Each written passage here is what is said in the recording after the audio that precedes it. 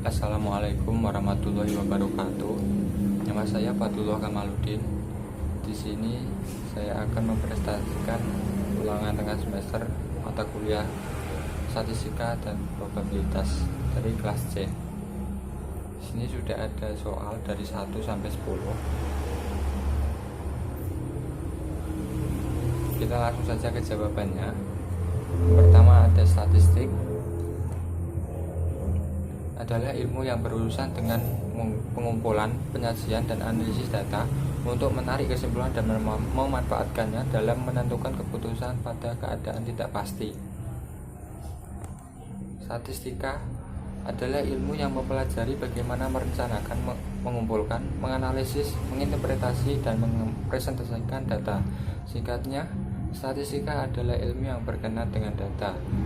Istilah statistika dalam bahasa Inggris adalah statistik, berbeda dengan statistik atau statistik. Dua, ada probabilitas atau probability, adalah peluang atau kemungkinan dari suatu kejadian terjadi atau tidak dan seberapa besar kemungkinannya. Tiga, ada populasi. Populasi adalah keseluruhan dari subjek penelitian yang akan diteliti. Subjek tersebut dapat pula berupa sejumlah nilai yang diperoleh dari hasil perhitungan tertentu.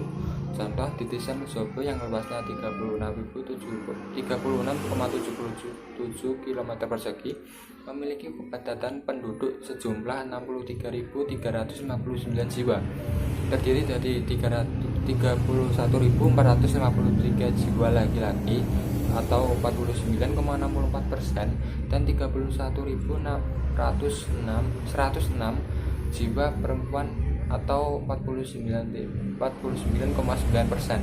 Berdasarkan data tersebut, di Desa Mojobo terdapat populasi laki-laki dan perempuan. Selanjutnya ada sampel. Sampel adalah sebagian dari jumlah dan karakteristik yang dimiliki oleh populasi tersebut. Contoh populasi target penelitian di Kecamatan Mojobo adalah orang yang usianya 30 tahun ke atas. Masing-masing sebelah desa akan diambil 50 orang sebagai sampel. Lanjut ada variabel. Variabel adalah sesuatu yang dapat berubah karena faktor atau unsur yang ikut menentukan perubahan. Contoh, kata toko bukan merupakan variabel, sedangkan kata penjualan toko merupakan sebuah variabel karena setiap toko mempunyai tingkat penjualan yang berbeda-beda. Yang keempat ada perbedaan variabel diskrit dan variabel kontinu. Pertama, variabel diskrit adalah variabel yang berupa data pengkategorian atau membedakan atau mengkelompokkan jenis tertentu. Biasanya data untuk jenis variabel ini didapatkan dari hasil menghitung. Data untuk variabel yang bersifat diskrit sering disebut nominal atau dikotomi. Contoh, data dikotomik 1 untuk kategori benar dan 0 untuk kategori salah. Variabel kontinu merupakan variabel yang datanya bisa dioperasikan secara matematika. Contoh, dari data untuk variabel ini adalah nilai tas, ranking, tinggi badan, berat badan, panjang, dan jarak.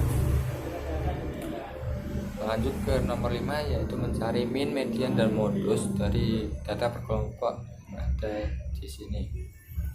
Kita langsung saja ke min. Min dapat dicari menggunakan rumus sigma f dibagi sigma f. Sigma fx ada 3695 dapat di sini, dan sigma f ada 50 dan dapat dihasilkan 73,9. Lalu lanjut ke median. Kita cari dulu nilai yang keberapa dan terletak di interval yang keberapa. Menggunakan rumus n per 1 dibagi 2 dengan 50 per 1 dibagi 2 sama dengan 25,5. Nilai 25,5 terletak pada interval 73 sampai 79. Langsung saja masuk ke rumusnya. L0 plus C dalam kurung N bagi 2 dikurangi F besar dikurangi F kecil. L0 ada 72,5 ditambah Z ada 7 atau lebar dari jarak lebar intervalnya. Lalu ada 50 atau N dibagi 2 dikurangi 23 atau F besar didapat dari frekuensi sebelum frekuensi median. Semua frekuensi sebelum frekuensi median. Lalu dihitung 50 per 2 sama dengan 25 dikurangi 23 diper 10. Hitung lagi 72,5 tambah 7 dikali 0,2 menghasilkan nilai 73,9.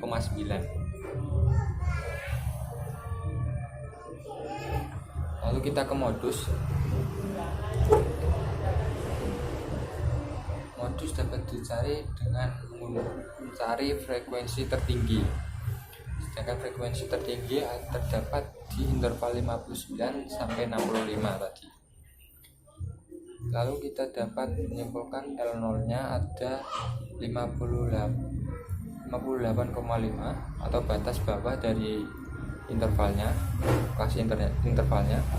Pada C sama dengan 7 atau jarak dari 59 sampai 65.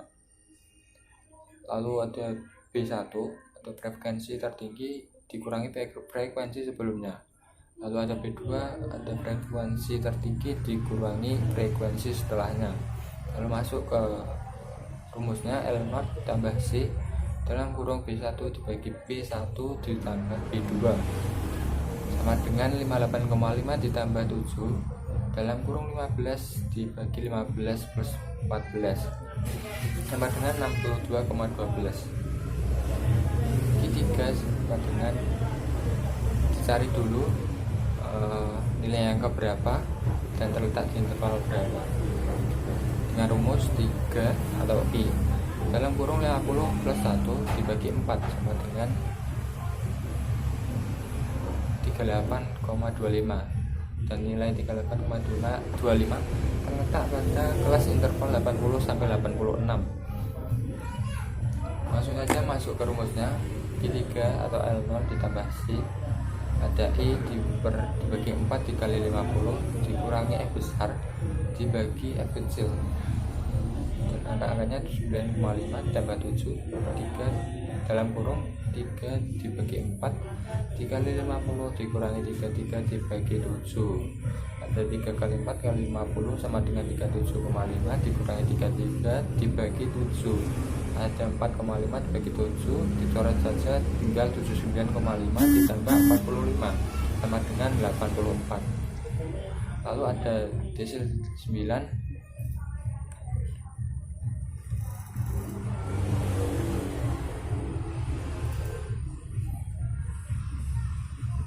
lalu ada desil 9 yaitu 9 dicari dulu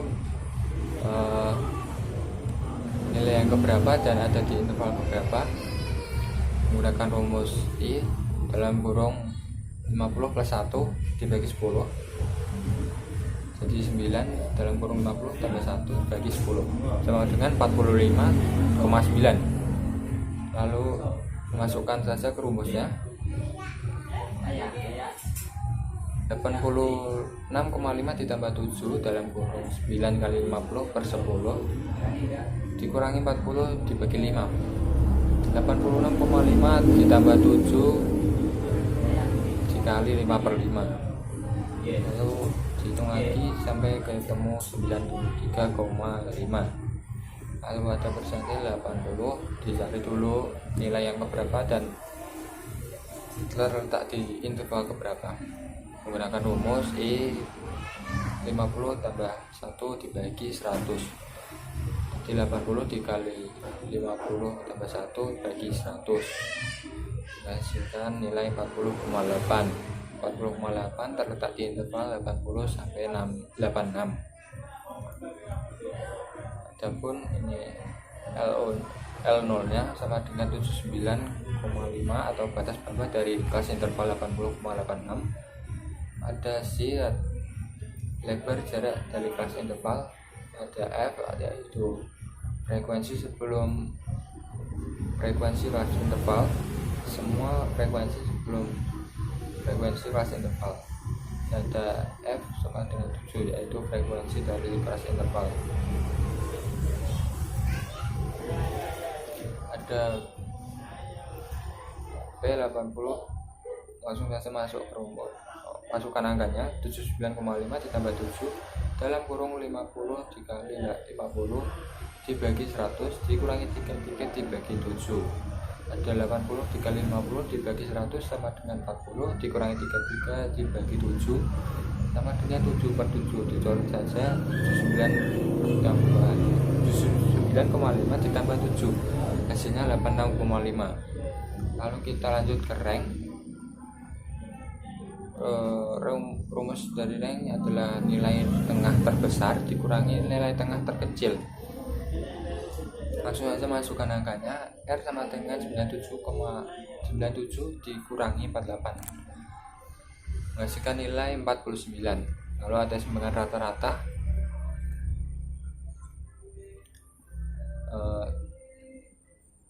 SR atau sumbangan rata-rata rumusnya sigma F X min X dibagi sigma F sama dengan 561,4 dibagi 50, hasilkan nilai 11,228 dibulatkan menjadi 11,21.